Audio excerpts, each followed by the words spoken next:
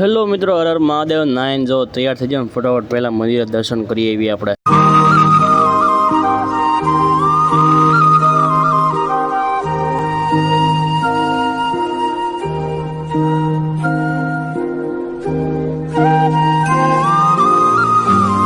અને મિત્રો દર્શન કરીને ફટોફટ દુકાને આમ જો ચટણી બને છે, અહીંયા રગડો તૈયાર થાય છે, તો કામ ફટાફટ કન્ટિન્યુ રહે. મિત્રો કામ કરીને હાંસ પડી જઈને અત્યારે હું નીકળી જાઉં ઘરે જાઉં, કારણ કે અમારે ક્રિકેટ રમવા જવાનું છે. ફટાફટ છે ને ન્યા પોગી જઈ, ન્યાય જઈને તમને મળો છો.